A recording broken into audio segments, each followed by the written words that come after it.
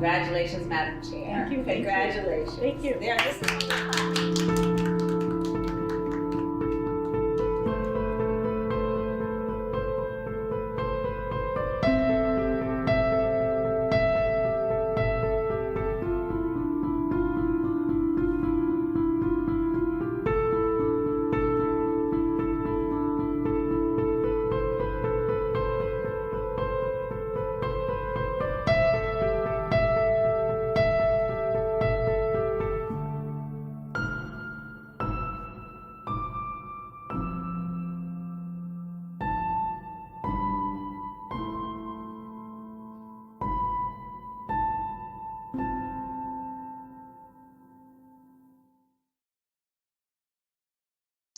Hello, and welcome to Washington Post Live. I'm Robin Gavon, Senior Critic at Large here at the Post. And today, my guest is Shelly Lowe. She's the chair of the National Endowment of the Humanities. Chair Lowe, thank you so much for joining me today. Thank you, Robin. It is a pleasure to join you. Well, I wanted to start by just letting our audience know exactly what the agency does. Oh, well, thank you. That is a wonderful question, and it's a question that I get fairly often. But before I go into that, I'd like to introduce myself very quickly. Yat Shelly Lowe Yanishia, Belagana Nishle, Nanastasia Tachini, Bashachi, Belgana Dashache, Do Tramaha Dashanale, Lo Kantiel de Nasha, Do Washington de Shagan. Hello, everybody. My name is Shelly Lowe. I am Navajo. I'm originally from Ganado, Arizona, and I currently live and work in Washington, D.C. on the homelands of the Piscataway peoples. And when I work in NEH and the agency and what we address, we're looking at supporting the cultural infrastructure, cultural heritage of the American country, of the American people, to really highlighting work within that arena to teach civics education, to teach about our history, and to really highlight all of the cultural wealth and knowledge that we have in this country. And we do that through a number of avenues, through grant programs, but also through support to our 56 state and jurisdictional humanities councils. And we have heard so much, and we continue to hear so much about the importance of science and engineering and technology. I'm wondering if you can just sort of give us your pitch for why these other areas are equally as important to our understanding of who we are and also how we will move into the future. Well, thank you, Robin. That's a wonderful question as well. We do get a lot of focus on science, technology, engineering, and we don't have a lot of conversations about what humanities is, but also the strength of humanities. And it's my goal to really focus on how we look at humanities, how we dissect humanities, because these are the teachings that we have as cultural human beings. These are the stories that tell us who we are as people, how we are to relate to one another, how we develop our governments, how we have democracy, how we relate to the natural world. These are our teachings that have been passed down through centuries and years through various means. And our humanities institutions, such as higher education institutions, museums, archives, cultural centers, they are capturing that humanities for us, and they're continuing to enrich our lives every day by promoting the humanities and bringing that into our everyday lives. And I think that that's something that we often forget about, but it's something that happens every single day. Humanities is a part of our everyday lives, whether we kind of really think about it and put it front and center or not. These are important conversations and important things that we learn from. Well, that's a perfect lead-in to the recent news that just over $28 million in grants was given out to about 204 different humanities projects across the country.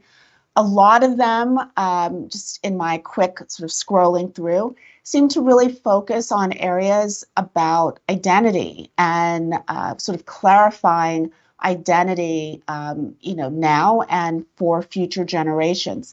Can you talk a little bit about like any particular grants that you found to be particularly interesting or particularly telling about the kind of research people are doing now? Yes, we're very excited about our recent grant announcements. And I think that a lot of the work that we've been moving forward and encouraging is taking a look at undertold stories, those narratives that we just haven't had as part of our national narrative. I always tell people we're such a great country and we have such great stories, but we don't always hear all of the different and diverse stories.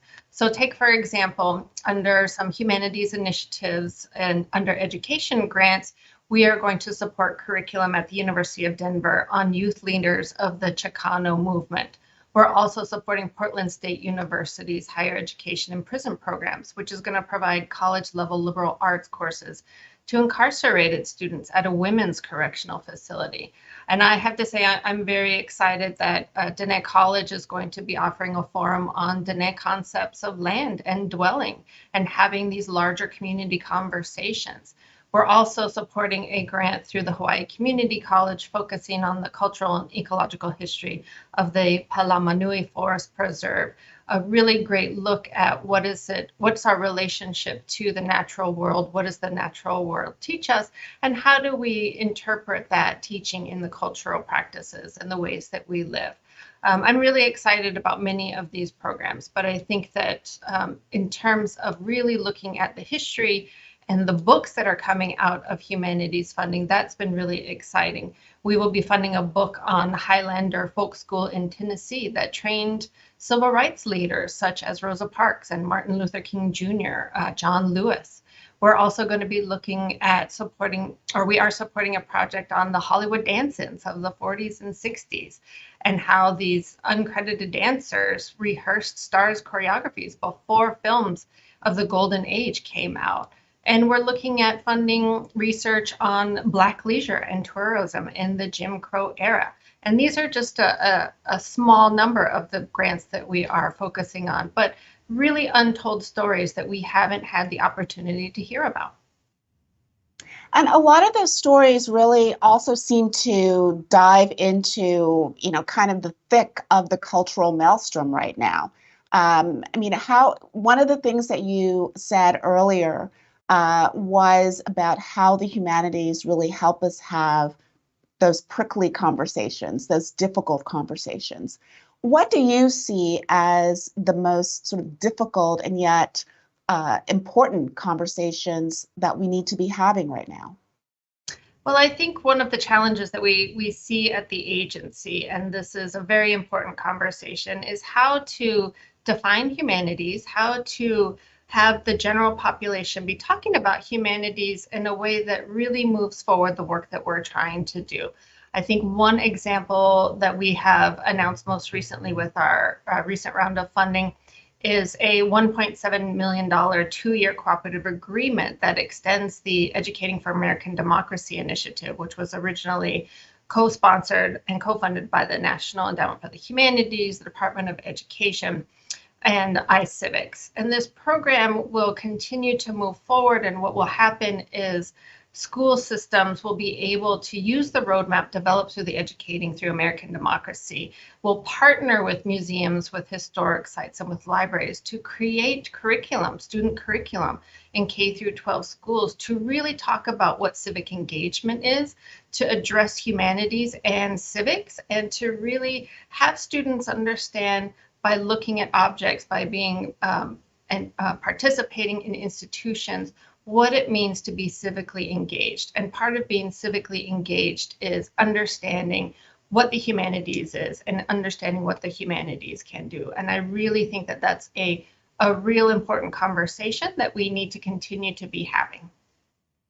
You said that one of the debates that you're having within the agency is defining the humanities. I'm surprised. What is that debate about?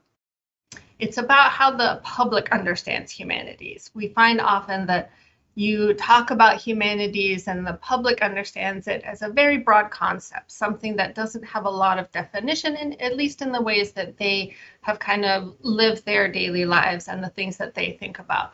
But humanities is very important in our lives, which we have talked about. And we really want to make sure that the work of the agency is promoting an understanding of the humanities. promoting an understanding of the importance of the humanities and how it plays a role in our lives every day, but also how humanities can help us and help us to tell those stories that we haven't heard about before and give us the tools to really look at difficult topics and be able to bring information forward and share it in ways that really are helpful for the broader public. One of the programs that you guys are funding is American Tapestry, and it sort of looks at past, present, and future. And in doing that, it touches on democracy and equity as well as climate change. Can you talk about that a little bit? Because I think some people might be surprised at the idea that the humanities encompasses climate change. Yes, that is a very good question. Our American Tapestry initiative, which is weaving together the past, the present, and the future, will highlight and focus on programs in 3 areas, and you named them all: strengthening our democracy, advancing equity for all, but also addressing our changing climate.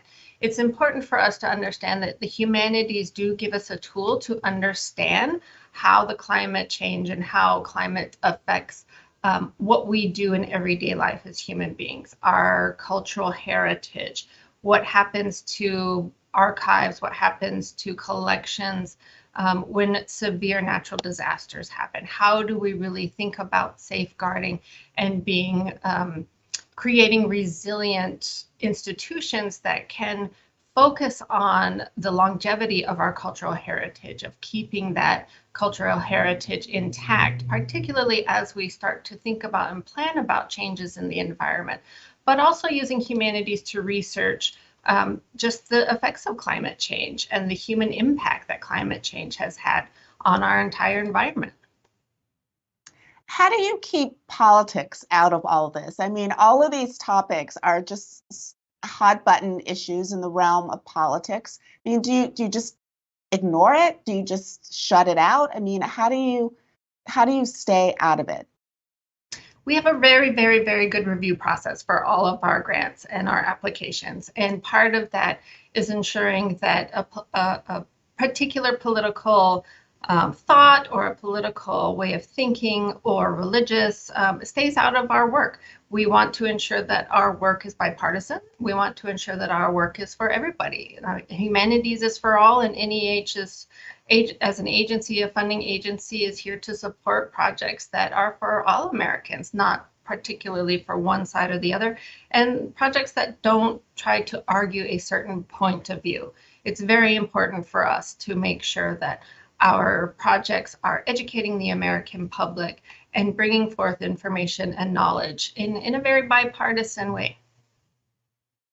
But there is a point of view in terms of the ways in which the agency wants to open up and broaden the organizations that receive grants. I know that you're particularly interested in opening that up more to historically Black colleges and universities, Hispanic serving institutions, and tribal colleges. Why is that such an essential part of the agency, and particularly your tenure at the agency? It's important to me because I spent 6 years on the council, the National Council for the Humanities, the body that advises the chair on our grant making and our grant awards. One of the things that I noticed sitting on the council and reviewing applications, seeing where applications were coming from, was a real noticeable difference in the number of applications that came from small organizations, from tribal colleges, from historically Black colleges and universities, from small Hispanic serving institutions, and even from community colleges. I found that they didn't apply very often. I found that when they applied, they weren't awarded fairly often, but there wasn't a lot of contact and outreach and kind of encouraging and finding out why this was happening. And it was really important to me when I came in to say, I believe so much in this agency and the work of the agency, but I want to make sure that we are reaching those smaller communities, smaller organizations who are doing really outstanding, great work in their communities, but have not had success in applying and receiving funding from NEH. And I I came in with a real desire to expand opportunities for all Americans to participate and benefit from the humanities research, education, and public programs that we fund. So we've done a number of initiatives to help move this forward. American Tapestry is one with some new grant lines that are really geared towards smaller institutions, really geared towards serving underserved populations, but also to develop an avenue and a mechanism to make sure that our grant making is informed by data. We have just developed an Office of Data and Evaluation and just hired the director for that office. And we're going to use the data that we have within our agency to really look at our work and to see where we are reaching, where we are not reaching, and how we can continue to do more outreach. We'll develop this into an Office of Outreach that will really help guide how we get out into communities, how we encourage communities, small organizations to be a part of NEH, to understand the work that we do, and to see how our funding and our resources can really move their projects forward. Were you finding that these smaller organizations or these more varied organizations just didn't feel that the National Endowment of Humanities was a place that was welcoming to them, or were they simply looking elsewhere and finding funding elsewhere? I had heard both. So I had been in meetings with organizations, smaller universities, smaller museums, who have literally said, well, NEH is not for us. NEH doesn't fund small organizations. And there could be a number of reasons for that. Some reasons being that many of our grant lines are very large. It's a large amount of funding that small organizations may not necessarily want to take on in terms of the projects that they're trying to move forward. But I think that I also heard multiple instances of smaller organizations applying to NEH and not being successful. And instead of kind of reapplying, reaching out to the staff to talk about the application, to get reviewer comments, they took it as a sign of, okay, well, this is not for me. I'm not going to move that forward. And we're really trying to create an avenue where that's not the case, where it's not that if you didn't get funded your first time around, it doesn't mean that the NEH is not for you. Let's consider looking at the comments and the reviewers have made and thinking about resubmitting. We have found that over time, some applications, smaller organizations have become successful and have gotten awards from NEH after they have resubmitted, spoken to the staff, really assessed their application, and really redeveloped it and put it in a way that was meeting all the criteria that our grants are trying to fund.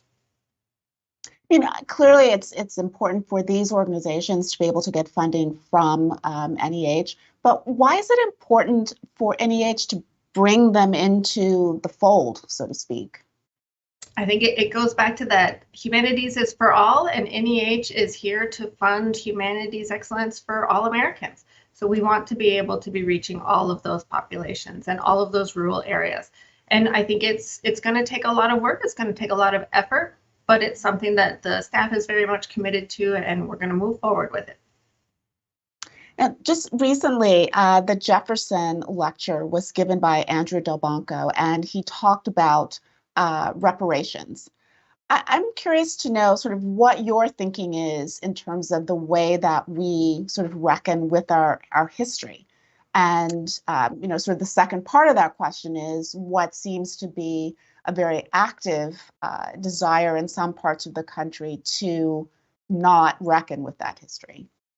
Yes, I thank you for talking about the Jefferson Lecture. We were very excited about this. This was the 50th anniversary of the Jefferson Lecture, which is the highest honor from the federal government to someone who has been doing work in the humanities. Professor Andrew Delbanco came in and talked about reparations, and we hosted this event at Lincoln's Cottage here in Washington, D.C. And he really broke down through looking at historical materials, looking at historical conversations about how reparations has been addressed or how it has not been addressed, how it has moved forward in conversations, what has stopped it from moving forward. Not in a sense to tell us whether or not reparations was right or wrong, but to show us how humanities can help us really gather information, can help us do really in-depth looks and assessments of topics that are difficult, and how to bring information forward and to inform individuals so that they can move forward in making their own decisions, or move forward and furthering conversations on these difficult items. I think it is very important for us to continue to look at history, because history has been told in a number of different ways depending on who was telling it. History has come forward that we haven't been privy to in the past, and humanities funding and the work that we do through the agency is really helping to bring this forward and to bring it to the American public, to inform them about these really difficult topics and giving them the tools to think about these topics and to really think and become curious, I think, on how to move forward and get more information. In that same vein, I mean, how would you assess, the country's reckoning, understanding of Native American history? I find it that it's a growing topic that individuals are learning about. I meet individuals all the time who willfully say, I never learned about American Indian history in this country. I never learned about tribes. I was told that tribes no longer exist, that Native American people no longer exist. And it's a reflection for the most part on the lack of education, lack of information that was told to them. And it's something that we are trying to really address. Particularly more recently, we're going to be supporting the boarding school initiative, the federal boarding school initiative under the Department of the Interior, because it's a history that not very many Americans are aware of, or may only be aware of at kind of a high level, but not to the extent that these federal Indian boarding schools, over 400 that they have been able to identify so far, were all over the country, and that they ran for many years, and they had different ways of affecting communities, different ways of affecting the attendees of these institutions, but how that history has really affected tribal communities today. And it's really taking Native children away from their communities and their parents. Yep. And it's important for us to understand what this history looks like, because it's important to understand its effects on communities today. I mean, you have made history as the first Native American to head the agency. I mean, when did you become inspired to spend your life in the world of humanities and higher education? I got interested in humanities and higher education after my first very difficult year in college at the University of Arizona. After being told that I would fail because I was Native American, that Native Americans never, graduate from college, and understanding that Native Americans do graduate from college, but understanding the mechanisms that really support Natives and their success in higher education, which does relate back to humanities and culture, and understanding who you are and why you're in higher education and what you can do through gaining higher education. I mean, I know that it's always challenging to be the first, and everyone always says that they don't want to be the last. But how has your background really informed the way that you're leading the organization? I hope that my background has allowed me to understand that I have to hear from other people. I have to be guided through their needs, through what communities are looking for, to hearing what type of information and resources that communities don't have access to, knowing what it is that they would like to have access to, and then really working closely with communities to understand, how do we build that access? How do we help in terms of bringing forward particularly humanities resources into a community and building that? It's really important to me to understand and hear from individuals and hear from them what their needs are, as opposed to saying, this program, this grant would be excellent, but only because I think it's excellent, that's not going to be helpful. When you were part of the advisory committee, and I can't remember the exact question, but it sparked this answer that in which you talked about the connection between the individual and communities and the natural world, the world around us. I was hoping you could talk just a little briefly about that, because I think it's something that sort of gets lost in the conversation about technology and policy and all the things that go along with this. Right. That was a very memorable moment, Robin. I think it was my first meeting as a council member. I was very intimidated. I was sitting in a room with the 26 other council members. Well, I think we had about 21 at the time. And then Chair Bro Adams asked everyone a question. He asked everyone to kind of reflect on, at what moment did you understand humanities and the importance of humanities, and that you wanted to be working in humanities? And different members went around the room, talked about, a book that I had read in a class, a course that I had taken, a museum exhibit that I had visited, these, things that had made them reflect on humanities. And I said, it got to me and I said, well, I don't have a particular moment where I felt like, humanities is really important, and I want to have a career focused on supporting humanities and moving humanities forward. I said, if I really have to think about it, I was surrounded by humanities all the time.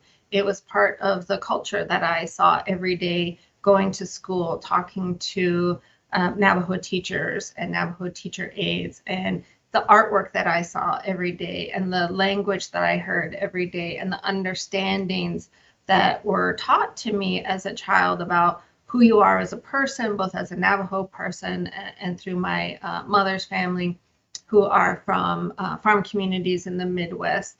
I said it was always a part of who I was. I couldn't have my identity without fully understanding that that's what humanities was. So I said it's always been there, and I think that that's one of the things that we forget. We forget that humanities is always there. It's a part of who we are.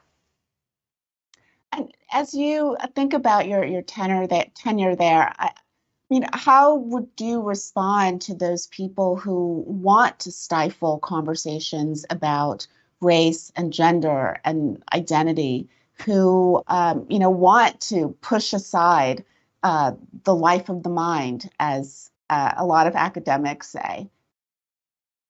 I think that, in my conversations, we go back to our founding legislation that democracy demands wisdom. And that is what we do through the agency. We support projects, we support research that creates humanities education and wisdom that is grounded in the humanities. So we will always continue to support that and support grants that move our humanities education forward. And pointing back to the fact that it's a part of our democracy, and it's what makes our democracy strong. And my last question is, if you could, list your top 2 goals for 2023, what might they be? Top goals for 2023 are to greatly expand the awards that we give into small and rural communities.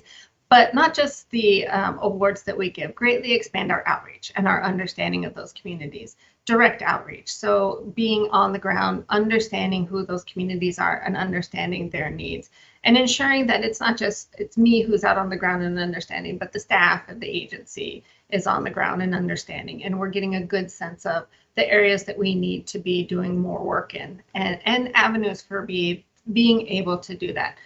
The second part is I hope to make a dent in really getting people to understand what humanities is. I keep asking individuals to create some kind of tagline or a phrase that we can use all the time. Social media, what can we do? What can we put out there that says, yep, that's humanities, and everybody understands it? Well, Chair Lowe, thank you so much for being with us. I really appreciate it. It was a pleasure. Thank you so much, and I appreciated you inviting me, and I loved having the conversation.